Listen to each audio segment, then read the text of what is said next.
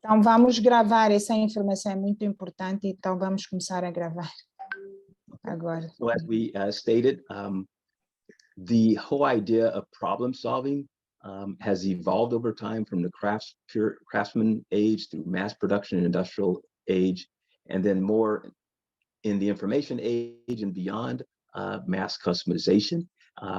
And it began, we could say, probably with a normal curve. We could go all the way back to Aristotle and Socrates, and the Enlightenment period when we first started thinking about logic and reasoning. But when we really look at the data part of it, it begins really with this normal curve. We'll talk more about this normal curve, okay? Uhum. Então, nós vamos começar a falar do conceito no contexto de evolução ou linha do tempo, aí nos anos 1800, na era ainda muito mais artesanal. Podemos voltar um bocadinho mais nos tempos de Aristóteles, Sócrates e outros mais pensadores, onde nós verificávamos que as pessoas pensavam de uma forma de razão e lógica, mas nós vamos focar essencialmente para nós compreendermos a história do problem solving ou do Lean Six Sigma, ou resolução de problemas, aqui nos anos 1800, para ver o conceito da curva da normal da resolução de problemas, ou do Six Sigma. So when we think about the industrial age, as we're moving into the industrial age with steams in Great Britain and the UK, and manufacturing in the United States, the automobile probably set the pace.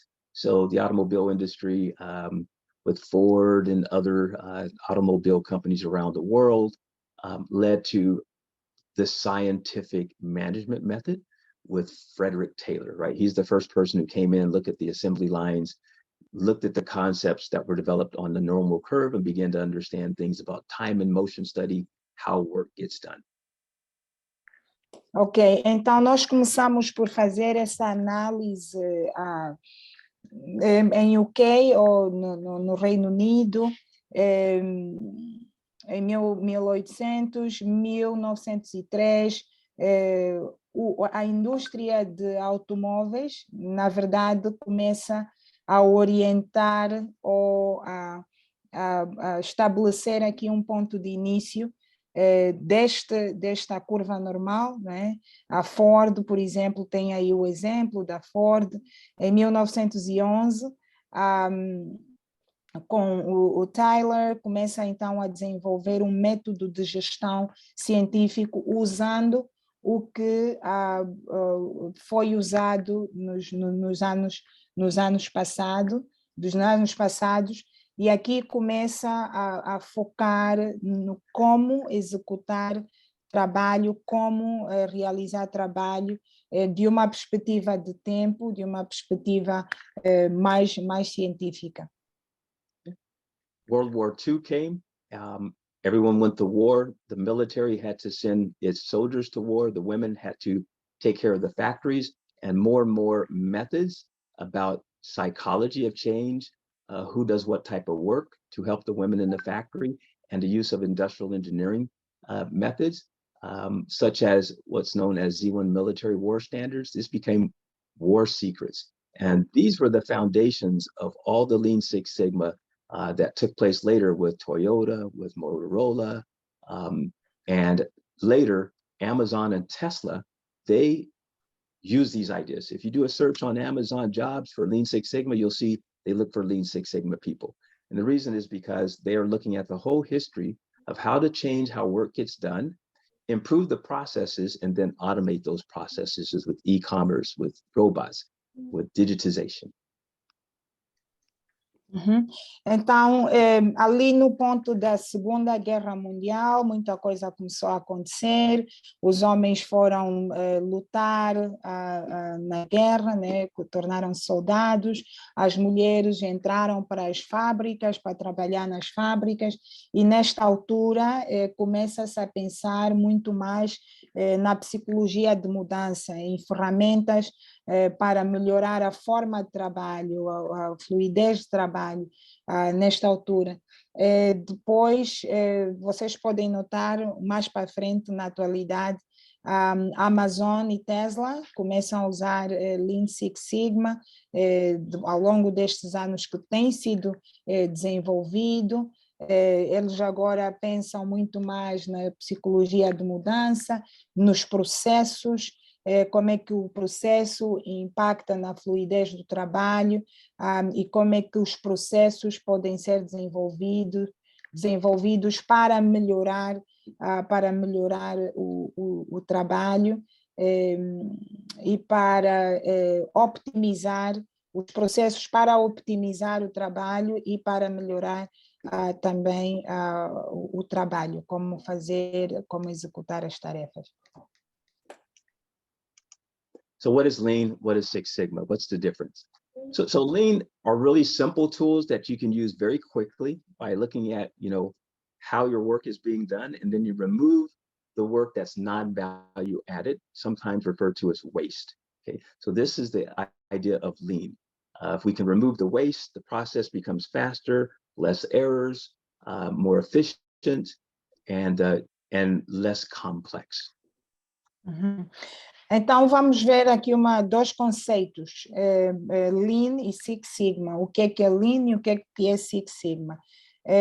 O Lean foca na velocidade, o ciclo de tempo, ao detalhe, a eficiência de processo, os dejetos ou lixo, a complexidade e o controle visual das coisas. O foco essencial é speed ou velocidade. Yes. Six Sigma is when you have complex problems, right? So maybe you are designing a new product for the market and you have to look at a lot of variables. Maybe you're doing something with interior design or with the studio or with scientific research that requires more data, more analysis and understanding of things at more than just a high-level process perspective.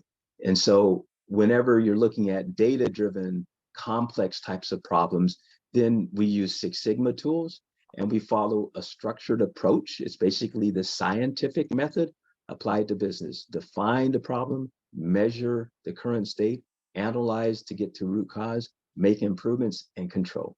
Define, measure, analyze, improve, control. DMAIC. Uhum. O Six Sigma lida com problemas um bocadinho mais complexos e foca na qualidade, foca no que o cliente diz, também foca aqueles problemas que requerem uma análise de dados, de informação e gestão de processos. E também foca numa abordagem mais estruturada para a resolução destes problemas complexos, que é o DMAIC, muito conhecido, que essencialmente significa o D para a definição do problema, o M para mensurar o problema, o A para analisar a causa do problema, o I para improvement ou melhoria e o C para control. And then finally, we'll talk about the Kaizen roadmap. We'll be using this concept for the next 5 days. And we're not going to worry about the details of it, just keep this basic idea in mind. Most people, most organizations that have difficulty making improvements, they have a problem. They say, oh, they discovered a problem, number 2, and then they say, oh, let's try this, and they jump to number 6. And what happens is they never get to the root cause of the problem, so it repeats, and then they go back to number 2, and then they jump to number 6, and they jump from 2 to 6. They never go through proper analysis, testing, refining before they implement.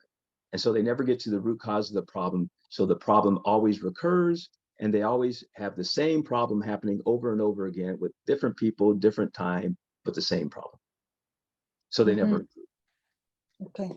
O outro conceito, finalmente, que vamos falar é o Kaizen, o roadmap, ou este mapa que nós vamos usar para o resto dos dias da Masterclass, aqui nos workshops que nós vamos ter. Aqui, o importante saber é que muitas empresas, eles descobrem o problema, que está aí no ponto número 2, e depois vão para a implementação.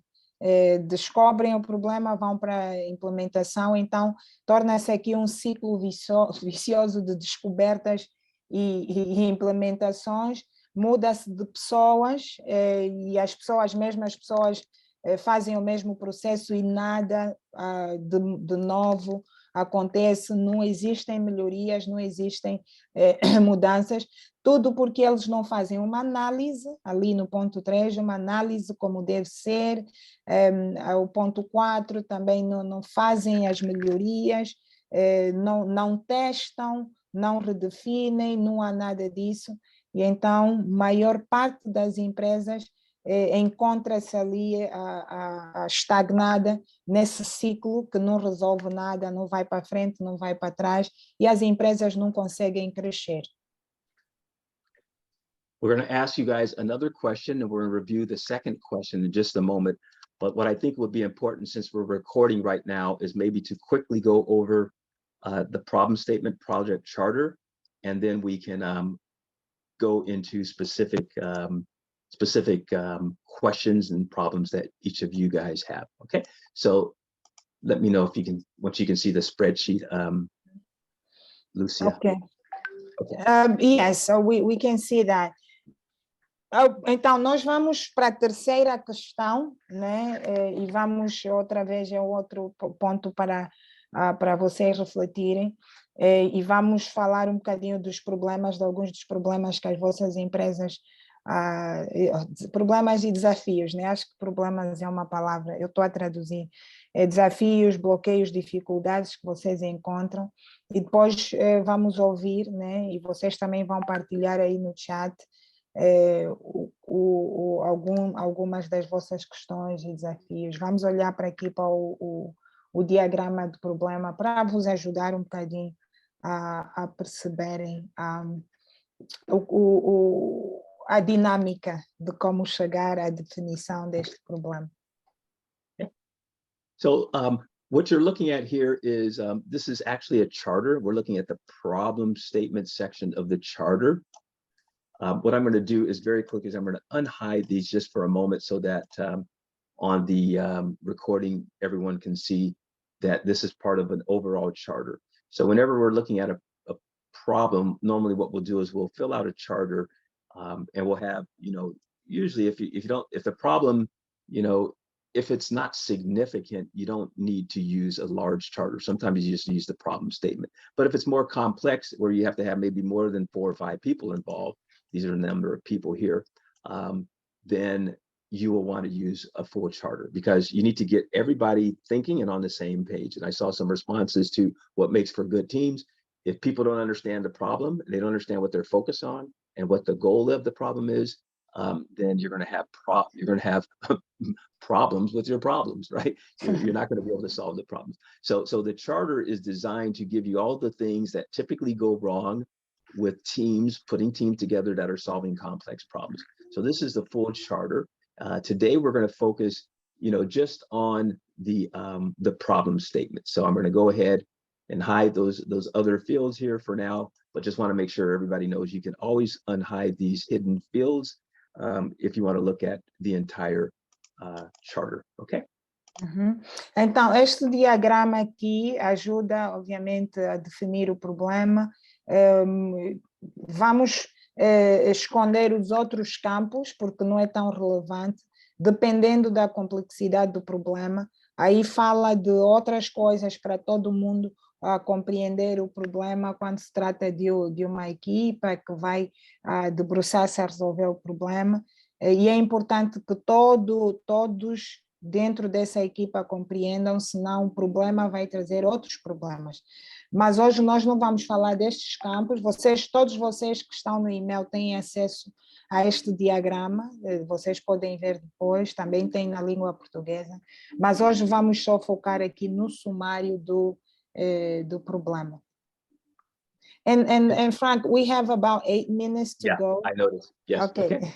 So what we're going to do is we want to get at least 2 or 3 problem ideas. We're not going to get the perfect statement from everybody today. That's okay.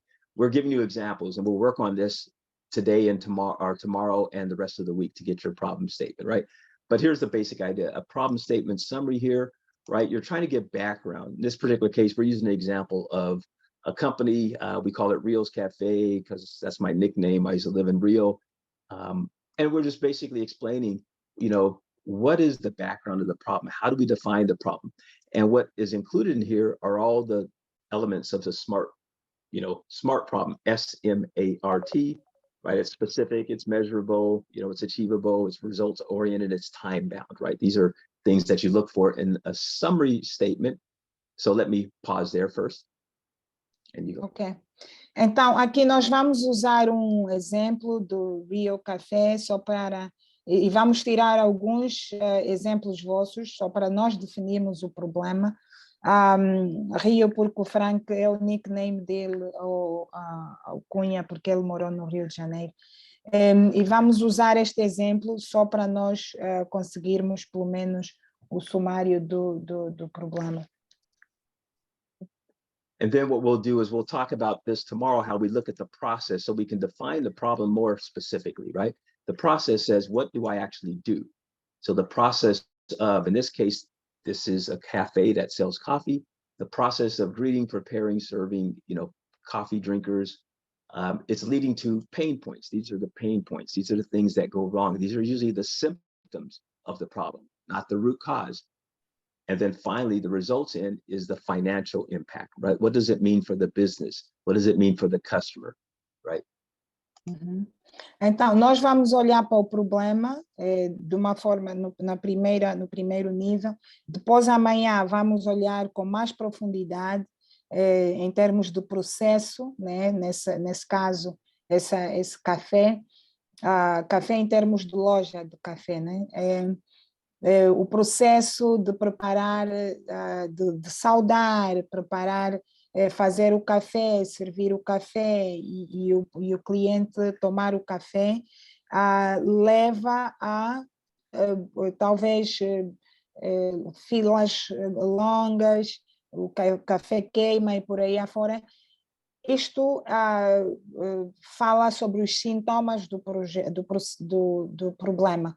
Aqui olhamos para os sintomas do problema, o que resulta num impacto nas finanças, na área financeira do negócio.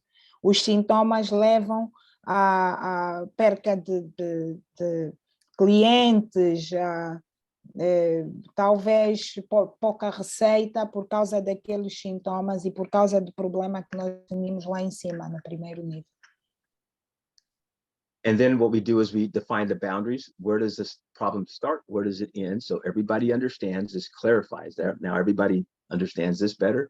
We define the scope, what's in scope and what's out of scope, and then we define metrics to help everybody understand what truly is our problem. This really improves the communication so everybody can work together. Uhum. Então, depois nós definimos balizas, onde é que o problema começa, onde é que ele termina, e o escopo, a localização e por aí afora, e depois nós definimos as métricas, o que é que, para todo mundo perceber, as receitas mensais, os funcionários, se estão a ser promovidos ou não, e os clientes, se o serviço ou atendimento tem estado a melhorar ou não.